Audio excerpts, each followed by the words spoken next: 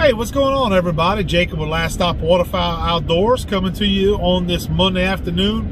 Hope everybody's doing great out there. What a change in weather over the last day or so. Hell, we wrapped up duck season yesterday morning, and we left yesterday. When we left out from the house to head to the blind, it was 67 degrees. And then fast forward today, 52 degrees here at 5:41 in the afternoon. So welcome to South Louisiana. Of course, a lot of guys are online today talking about the cold weather showing up. They're talking about possibly an Arctic front coming through as of, I think, Sunday, or possibly Sunday. And of course, some of the coldest weather of the year looks like it's going to hit us down here, down south, after duck season closes. But, what you going to do about it? But I did want to hop on today. I figured it'd be best just to hop on video.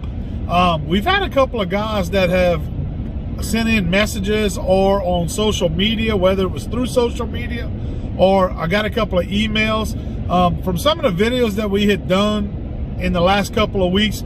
And I had a lot of questions about the specific motor and setup that we have, that we hunt out of during hunting season. So the motor specifically, a lot of guys noticed that the boat I have a 16-foot War Eagle 648 LDV is the model that we hunt out of. And the motor is what catches a lot of people's attention whenever they see the videos and that particular boat in the videos. Because it is a big motor for that boat as far as the way it looks on the boat. But the motor that we've been using and that I paired with this specific hull is a beaver tail 35 horsepower Longtail. It's a Briggs engine, very reliable, been out for many years. It's a carbureted version in the 35. But guys, I have to tell you, it's been extremely reliable. And the questions that I often get in regards to that motor is, well, first of all, what size is it? Because it looks like it's huge on that boat. And, what kind of performance specs are you getting out of it? Is it hard to drive because it's a big Longtail? And to answer all those questions, I tell people, I say, yeah, it takes some getting used to be honest with you. When you have 35 horsepower in a Longtail motor, it'll wear you out, I'll be honest. It can wear you out, especially if you're not used to it. I remember when I first got it, I got a really good deal on the motor. I had it on a low 16-foot traditional flat bottom boat. It took me a while to get used to it as far as the torque and the power that it had. And it was tough to handle. I have to say it was tough to handle. But now over the years, I've got used to it. I just completed my 3rd season hunting with that specific motor. And honestly, I wouldn't trade it for the world, guys. I absolutely have fallen in love with it. I've had guys that say, why don't you have a surface drive? Longtails are old and outdated. But honestly, for where we hunt, especially in the timber, a lot of shallow water, I'm talking inches of water sometimes, I prefer the Longtail over some of my buddies that have surface drives in those areas. And the reason being is I could get extremely shallow with that 35 horsepower beaver tail Longtail. If I have to, I could dig a trench with it. If I'm in real shallow water, I could dig a ditch or a trench, and I could push that hull out of very, very shallow water, almost, a couple of inches of water. That's all I need to be able to get out of it. Also, the reason I like a 35 on a hull that I got, the 1648, is every now and then we hunt a lot of flooded timber. I'll run up, especially when I'm navigating kind of slow through an area, I might run up on an old cypress stump. And hunting where we hunt in the Chaffalaya Basin, and a lot of places throughout Louisiana, we got really old cypress trees that these logging companies came in and cut years and years ago. But the bases of those cypress trees are still under the water, and water's constantly fluctuating, so we might get stuck on top of it. And I can tell you that my War Eagle 648 LDV has held up phenomenally over the years since I've had it.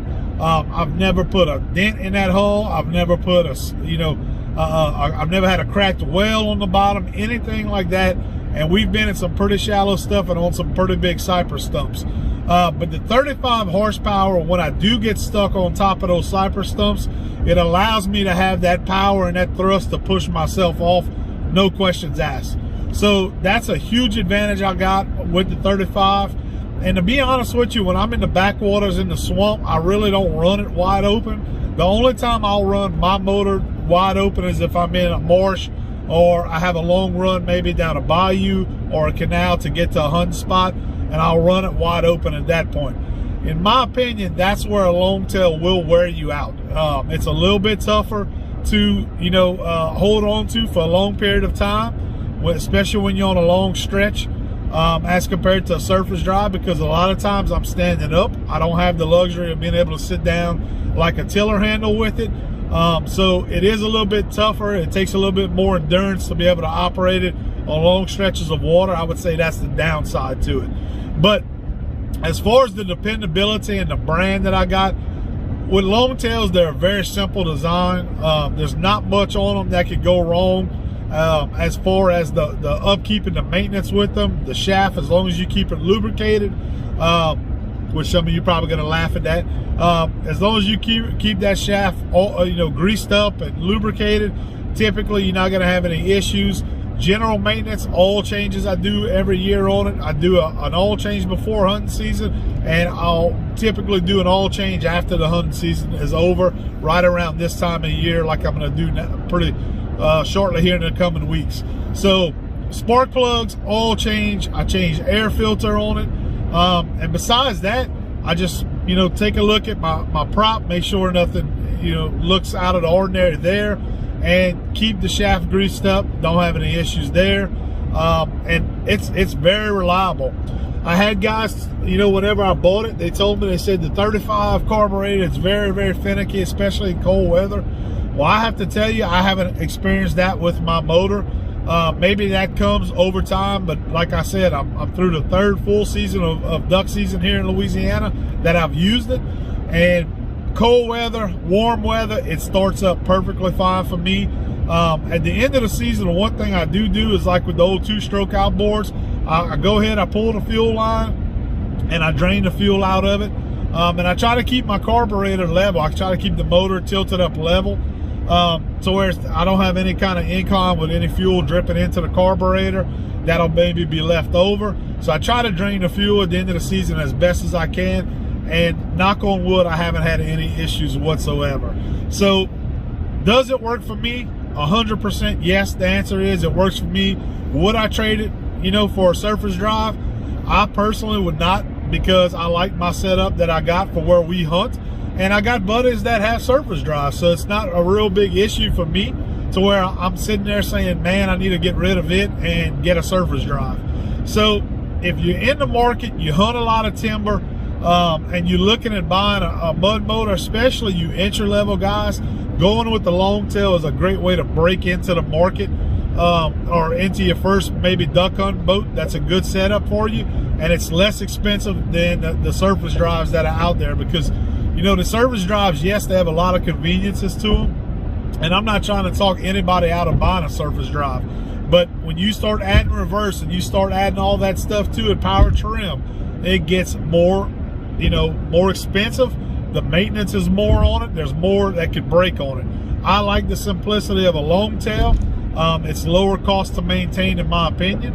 And for somebody starting out looking to have a nice setup and get them a nice setup for their first duck hunting boat, a Longtail is a great option. We personally sell mud motors at my store, because I do work in the boating industry, and we sell both surface drives and Longtails. And let me tell you that the Longtails are not dead by any means, especially here in Louisiana. We have a lot of customers that come in and buy 23 horsepower Longtails. We sell all the way up to 35, and we can get bigger than that. But typically the ones that we see most guys using for hunting are going to be 23 horsepower and up to 35 horsepower. And we even sell a lot of 9 horsepower and 23 horsepower crawfish models for the crawfish fishermen. So they are reliable. They can be put through a lot of hell, and they're just more cost efficient than a lot of the surface drives out there nowadays. So don't stray away from them. We love our setup. I'm sure you guys would love it if you get a setup somewhat similar to what you see us using in the video. But don't be afraid to go with that bigger horsepower, the 35, because it is manageable. You can get used to it, and it does give you that extra power when you need that power. So if you haven't seen the setup that we got, guys, go check us out on Facebook. Check out our social media. We have a cool video that we did last year where we were in literally inches of water on our YouTube channel. And you'll see what I mean when I talk about having that extra power and that 35 horse to get us through this Travasse that we were running last year. For those of you not from Louisiana, a Travasse is a small ditch or a creek channel. And when I tell you I was in literally no water whatsoever in that video, guys, you'll see what I'm talking about. Go check it out and look for that specific video. I forgot what we had titled it, but it is up on our YouTube channel. Go check out Last Stop Waterfowl Outdoors on YouTube, and you will find it. It's pretty cool. So just wanted to share that bit of information. Wanted to address those questions you guys sent to us. And until next time, guys, this is Jacob with Last Stop Waterfowl Outdoors, wishing you the very best in the outdoors. Talk to y'all later.